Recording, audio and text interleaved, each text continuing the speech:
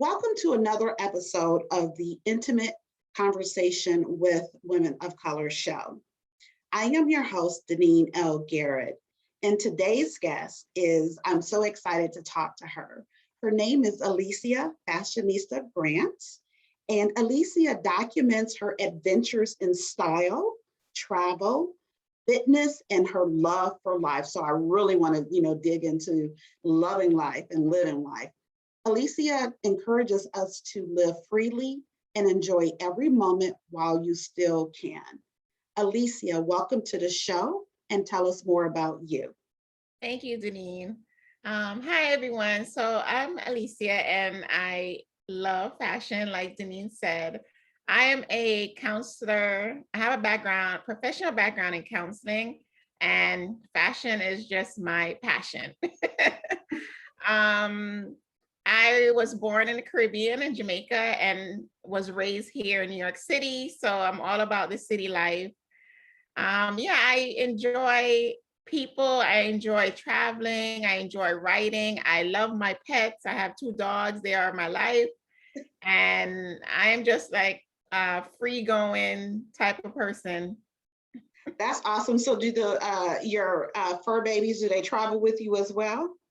It depends where I'm going because they're so needy. And I think I created the neediness in them. Other word for that is spoiled, okay? Yeah, they're very spoiled. If they see me put on my shoes, they're like, where are you going? That is so awesome. That is so awesome. So before we go ahead and get into the show, I just want to remind our audience that you can find an intimate conversation with women of color on your favorite podcast platform, as well as YouTube. Continue to, if you haven't yet, subscribe, continue to share, and just help us get the word out. As you know, my goal is to reach millions, elevate the voices of millions of women of color. And in order to do so, I have to reach them. So that's where you all come in. So Alicia, why is it important for Black women to have a platform to use their voices? I think it's very important for Black women to use their voices because we have been so underrepresented for a while. And now that we have social media platform, we can actually use our voices to create change or to be heard. Before it was like, should I speak up? Should we do this? Should we do that? It was just a fear of talking because men are so dominant when it comes to using their voices. So now that we have all these platforms, it's easier for us to express ourselves, and to just be heard finally. Yeah, so I was reading something a little earlier on social media, and I'm sure it was talking about your governor, Cuomo, and it was something to the extent that when people do things and are not punished, then it kind of makes others fearful to speak up. And so I've noticed with us just lately within the last year, with Black women in particular, that we're not afraid anymore. We are using our voices, like you just said. There's so many different platforms for us to use our voices and to just go ahead and speak out. I just wanted to get your reaction on that. Like I said, I just saw it and thought it was kind of relevant to the conversation.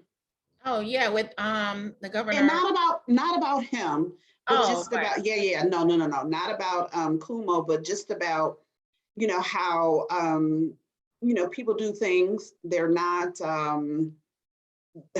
they don't get in trouble, and right. So the harm that they cause to people, they want to just keep quiet. Yeah, and I think that's amazing that the women are speaking up because for years we lived in fear. If we speak up, this might happen to us, or we can't speak up because the other person might have a lot of money. And, it's just the imbalance of power that put a lot of fear in us that you don't want to step on these people's toes or do this, or you might get fired or you might be rejected. But I see a lot of Black women coming out and speaking up about things that happened to them in the past, and I congratulate them. Yes. And who are we as the audience to say if they're right or wrong? We don't know, but at least they're speaking up, because little girls who are watching them can say, oh yeah, if something happens to me, I can speak up because I have a voice and a platform. So I think I'm applauding them. Yeah, I'm with you on that. And so another thing that I saw as well yesterday, it was a 12-year-old little girl, and I forget the situation. I think it was a sports. No, it was some announcer, and they were talking about the Boy Scouts versus the Girl Scouts. And they described the Boy Scouts as, favorably, right? Like, like they're making young men out of them. And then they described the Girl Scouts as to, oh, they're just having fun. So this little girl, she wrote a letter and called out that person and said, hey, I was taught to call out these type of things, and I'm letting you know that that's not right. So absolutely what you're saying, we're at a point in life where it's like, you know what, I'm speaking up. Right. I'm going to go ahead and say it, for myself as well as other women, and then the young girls who are coming up behind us. So absolutely, absolutely. Yeah. So other than through fashion, travel, fitness, and how you live your life, how specifically are you using your voice for Black women? Well, Denise, I love to write. I write a lot on my blog. That's where I really express myself, like whatever I'm feeling, I write. I get writer's block a lot, but when I have a topic or an idea, I just go for it and I just can't stop writing. But I use that platform, my blog, which, I own it. And that's a way for me to empower other women who read it, because whatever I'm feeling, it goes on my website. There's no filter. And I think that's very important, to have certain skills that you can use to encourage others and to help enlighten people, But yeah, writing is my major asset. Yeah, your release, your outlet. Now, do you also write in journals, or is it all online, or a Sometimes combination? yeah, it's a combination. Sometimes I jot down information in my little notepad book, but it's online where I do all the typing on my laptop. Okay. And what is the name of your blog? I'm sure I have it in the notes, which I'll share. But what is the name of the blog? Yeah, it's vivacolor.me. Okay. Yeah. With a K.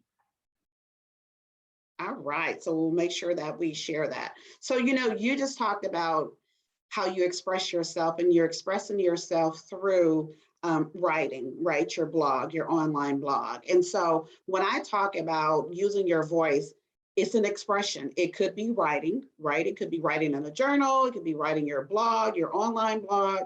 It could be speaking, dancing, any way that you express yourself is how I define uh, using your voice.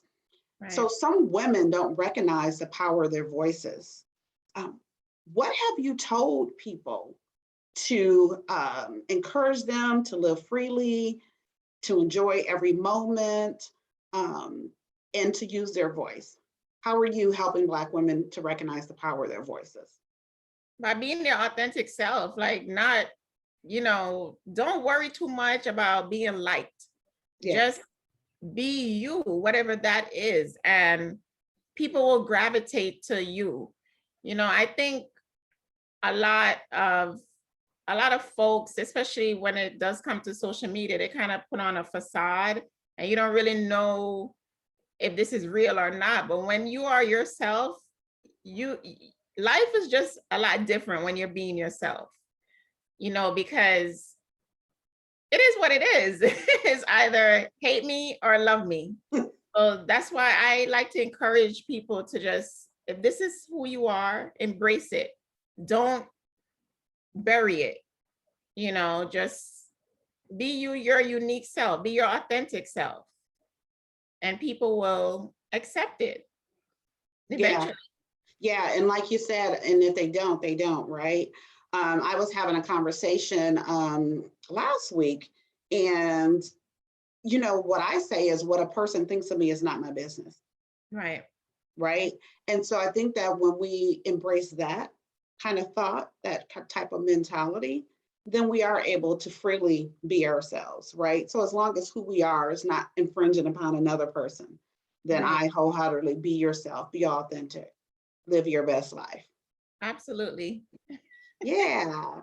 So, in memory of my sister, author and poet Soul True, who had her own struggles, I want to encourage women of color to think about a dream that they may have deferred, delayed, and to take action. Tell me about a time that you've had a dream that was delayed, and what did you do about it? I've had a lot of dreams that were delayed in time, and that was a lot of fear that I had, fear of criticism, fear of judgment, fear of being laughed at, fear of what people thought. And once I got over that roadblock, I was able to do all the things that I wanted to do, as I'm currently doing now. It was just too much of, oh my gosh, what is that person going to think of me? How are they going to perceive me?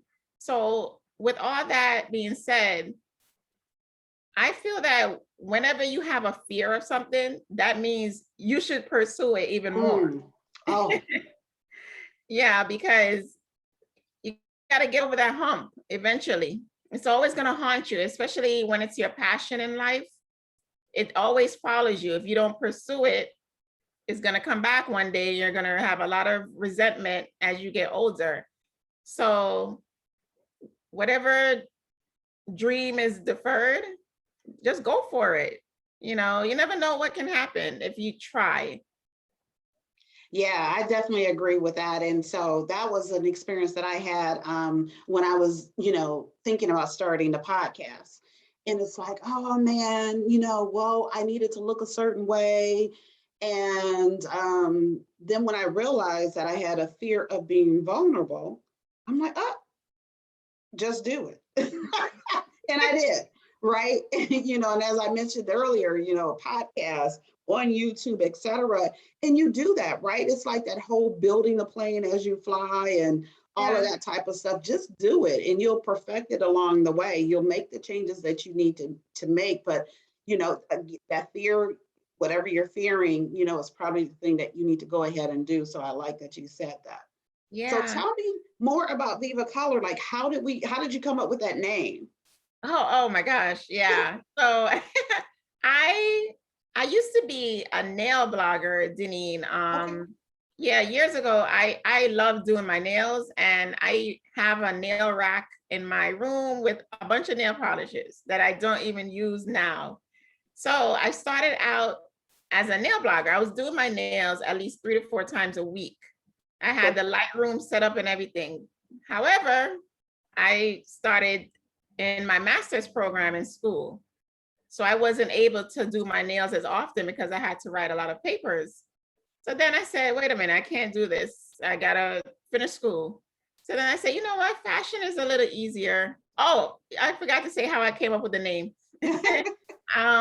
The day that I came up with the name Viva Color, I remember it was a Sunday, and I was on a computer and I was like, I need a name for this blog. And I was like, I love colors.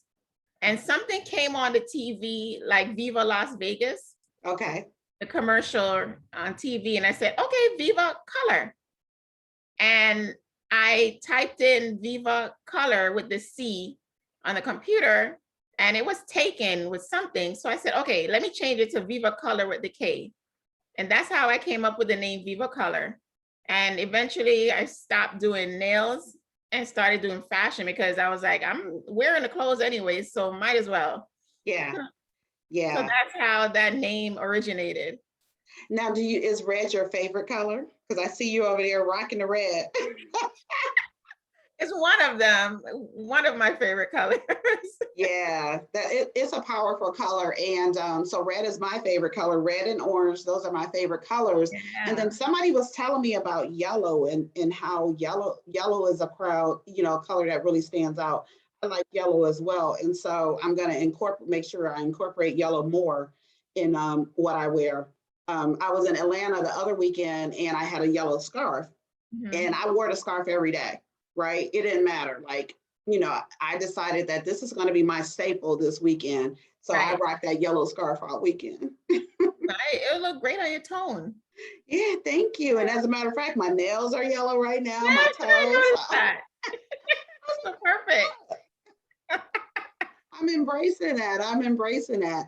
So It's a great before we color. get, thank you. So before we get into the bonus question, what would you like to share with the audience? Oh, okay. I recently, well, this is week 8, with my co-host, my friend Peter. We started this YouTube segment called He Said, She Said. Okay. And it's just, we talk about, it's a live talk and we discuss relationship talks, from relationship talks to anything, and just agreeing to disagree, but it's nice adult conversations that we have. Yeah, so that's something new that I'm venturing off in, having those weekly Thursday segments. Okay. Congratulations on that. Right. That's Thank a you. little different. Do you incorporate your love of fashion into that as well? Only on my YouTube page, but not on the segments. Okay. Yeah, the segments is just strictly the talk. Got it. Got it. Yeah. Got it. Got it. Okay. So, July's focus was on wealth. And this month so yesterday, actually, we just had Black Women's Equal Pay Day. And so I wanted to bring wealth back into the August conversation and kind of center it around Black women's pay. And I believe is that it takes us up until August 3rd to reach what white men are making, right? So we're getting 63 cents off of the dollar.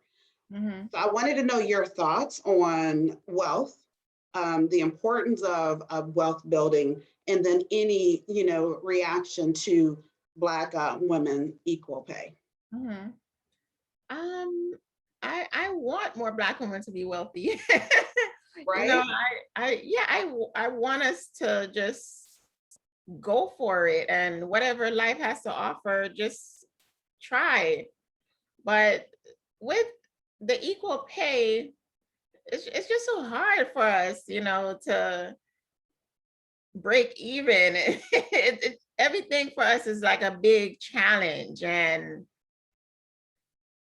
it just amazes me how much we have to fight just to get something that should just come naturally for us. But with wealth, for me, wealth is just being healthy and knowledgeable. And then after that, I'll take the money. As long as I have my health and knowledge, I'm okay. Yeah. But I want us to be wealthy so that we can do a lot for the communities, have a lot of organizations for children, a lot of resources just to do something impactful. Eventually that's what I want to do. I don't necessarily want to continue doing fashion forever. Eventually I want to branch off and have projects and just to do better for the Black community, especially women. Yeah. Yeah. And, you talked about you wanting us all to be wealthy. And so want to go ahead and shout out Rihanna. So she did reach the billionaire mark. So that's awesome, right? That is amazing to see that. Yeah, to absolutely see that. And she's definitely someone who does give back.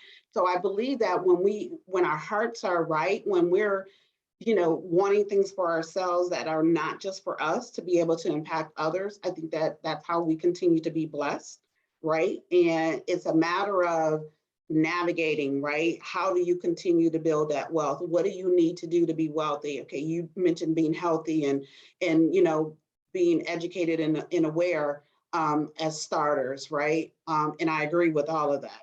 And so with finance, with wealth, being educated about that, like what can you do to be able to be wealthy, to to build generational wealth and make sure that you're doing those things so that you're not just going out and just spending, without getting anything in return. And then also maybe whatever it is that you're purchasing, is it something that, is going to pay you back? Had a conversation last week and we were talking about Nike, and a person was like, yeah, kids don't go out and buy Nike. And so what my counter to that was, unless you have stock, what I'm saying? So those things that we like consider purchasing stock, but again, get educated about it so that you know the risk and know your tolerance and whatnot. Right. So Alicia, I have enjoyed our conversation. Like I said, I love red. So right, my lips. And yeah, so before we say goodbye to our audience, final words. I'll say, ladies, whatever it is that you want to do, it's already done. Ooh. Just envision it and let it manifest, and just be great. Because I think we all have greatness in us. I love that because I'm focused on attracting and manifesting right now. So yeah. I'm totally in agreement with you on that one. So to our An Intimate Conversation with Women of Color audience, thank you again for sticking with us, coming back each week, sharing, subscribing, doing all those things, and listening and watching today's guest, Alicia Fashionista Grant. Thank you so much, and shouting out for those who are around the country. I'm going to check and see if I have anybody listening from Jamaica. So we're going to just shout out Jamaica right now. Hey. Hey, so shouting out Jamaica. But thank you, Alicia Fashionista Grant. Thank you so much for your time, your voice, and for inspiring us to just continue to live. I thank you so much, and enjoy the rest of your day. Thank you, Deneen. You're welcome. Bye, everybody.